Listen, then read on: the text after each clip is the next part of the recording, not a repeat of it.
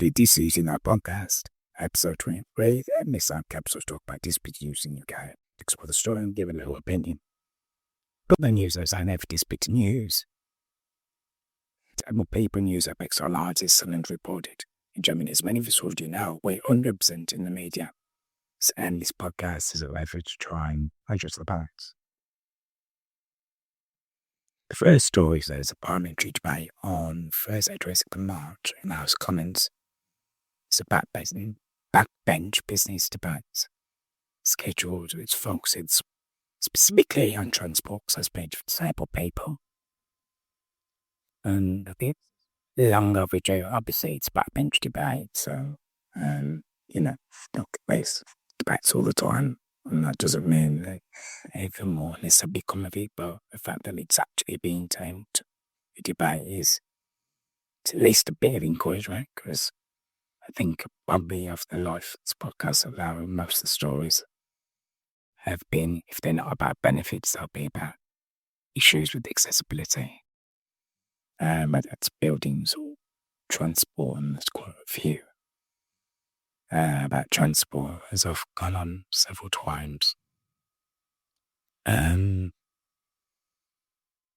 About accessibility in transport, particularly, seems if it's going backwards, and given that it's been 31 years of the DDR, since the DDR,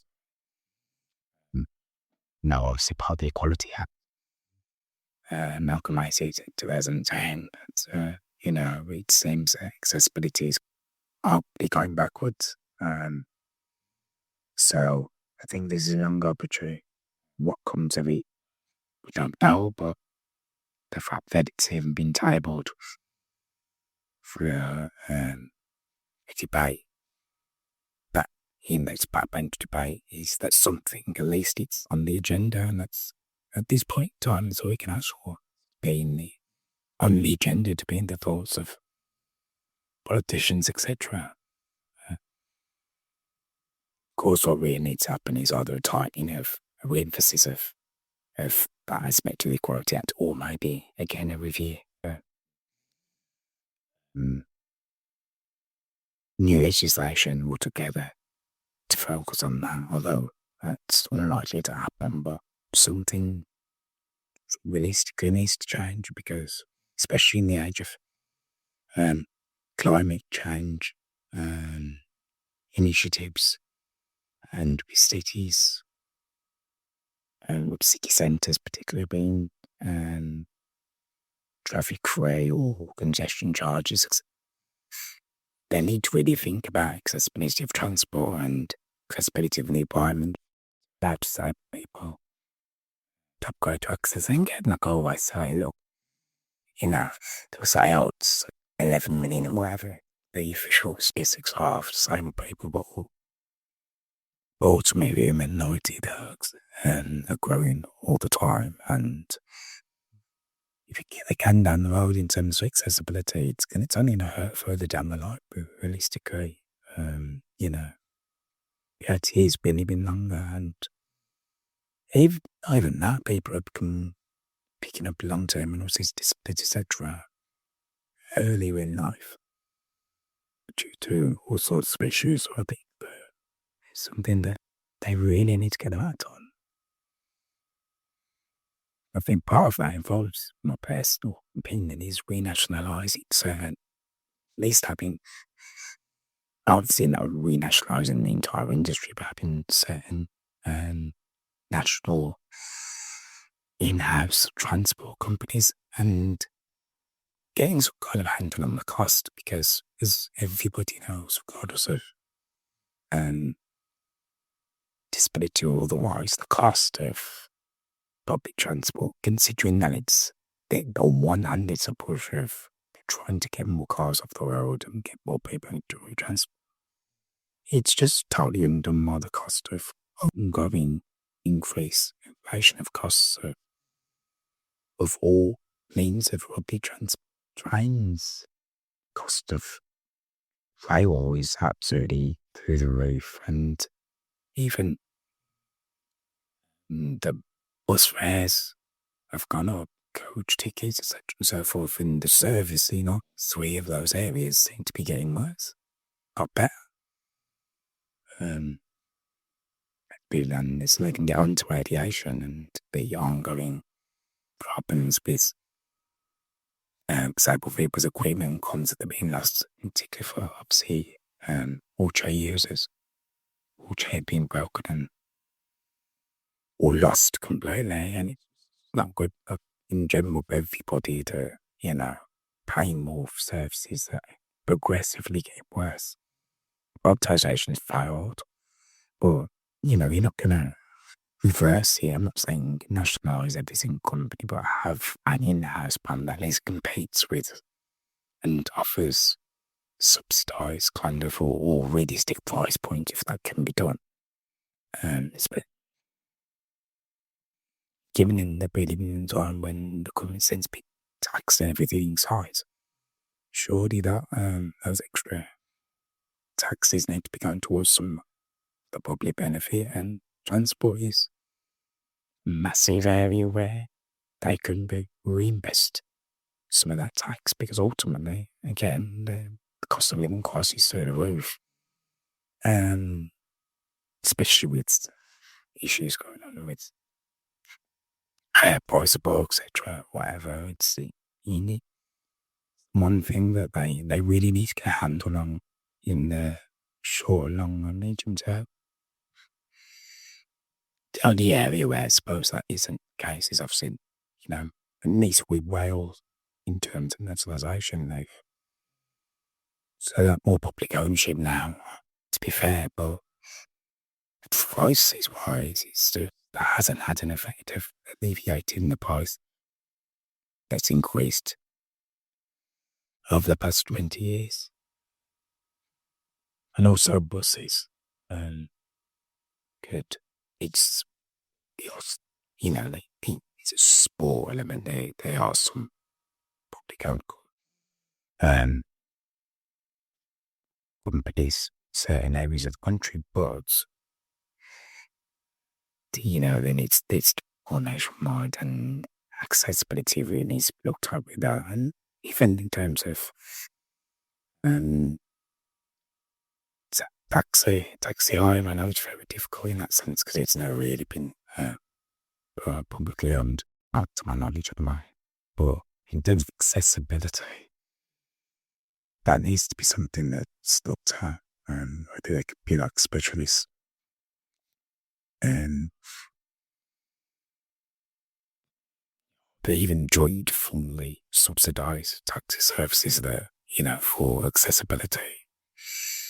And that might be something, if it's possible, even if it's extra funded for that, but that did taxis. And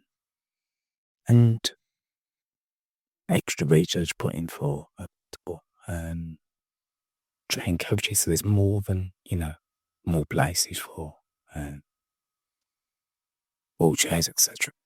And even with AI, in terms of like looking at rather than getting rid of so many, in terms of going back to Arithmetic, that the desks at local stations, I think is real problematic. We all know it's problematic, but even if like apps and stuff with AI and stuff, if they get the whole booking in advance thing, it's an Uber system for kind of Uber type app, disable people to book in advance, but then I suppose with that you still need people at stations to help people on and off. So that's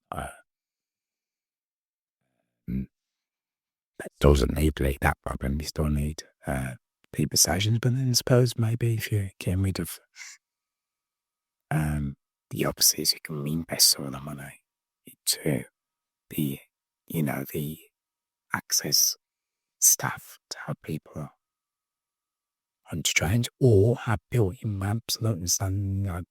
Surely there's a possibility to have like a ramp system that opens MIS. Yeah, I don't know. I'm not an engineer, but surely they can design a train with like a built-in ramp. So then you don't even need the attendant at the station. maybe with AI technologies, or you can have built-in sensors to so that people, so they can detect when it's actually a wheelchair that's going on, and they maybe have a built-in time delay to allow them to get on. And obviously, you could use that also for prams and that kind of thing to make it easy for um, the parents to get their kids on the train as well. Just I don't know, it must be adaptable technology, and especially with AI and stuff, sensors, time delays, that kind of thing. And you see that delays, but I guess with them, if they ever get round to high speed rail, I don't know where, HS2's HS2's where is it going? And to be honest, them to born off the ways out completely. But if they ever get down to high speed rail, then that will make up for when you can't mind as lazy to get the people getting on. Encouraging using the word accessibility inclusion. New mandates for the Media Act 2024 are coming into effect. Current stream giants, Netflix, Disney, etc., and all that to make strict subtitling, audio description, and signing quotas to meet traditional broadcasts, to match traditional broadcasts. Subtitling should be 8%, audio description 10%, and signing should be 5%. That's that. Yeah, needed. And I can't unfortunately. This isn't the most express. I'm working on accessibility for this, actually. But it's difficult. I am working on it. I'm trying to use AI to kind of try and see if there's anything I can do that's by more, by accessibility. It's probably, of course, it's to have subtitles, things, but it's has it a lot of the times. That subtitling doesn't actually catch the words that I'm actually meant. Actually saying, I want to put things up on TikTok or whatever you used to picture in subtitles and things, just don't know why to catch. But struggles to read what I'm actually saying. And to be fair, I've noticed that with the YouTube, it's quite even watch other people who are speech impaired. Subtitles don't always match what they're saying, but I'm working on it. But in terms of this is good. For, streaming giants, because it's not as if they haven't got the money and they haven't got the technology. So, yeah, it's good if they can, particularly signing as well with 5%. That quota could be better. I mean, I've been trying this around today to see if I could do something. So I need to make some app or some add-on like integrate signing to other things really. See if it can, I don't know. I'm not exactly trying, but hopefully that's something that I can contribute to and make a standardized thing for all content really, particularly BSL, ASL. Because I think that's above everyone. I think that's is the area where everyone's lacking, not trying, but it's very hard to integrate that into page form. It's not something that you can do without great expense, which takes content creation spaces. And people don't have ability to spend all over the world. Well, hopefully that changes. With technology the way it is, hopefully that will change in the future. If you theme accessibility, number cancelled network overnight to new city to deliver that reactor. Look, Junction Station, a key milestone. Local disability conveyance. That's good again to balance top of the show. So I hope that gets some, we see progress there.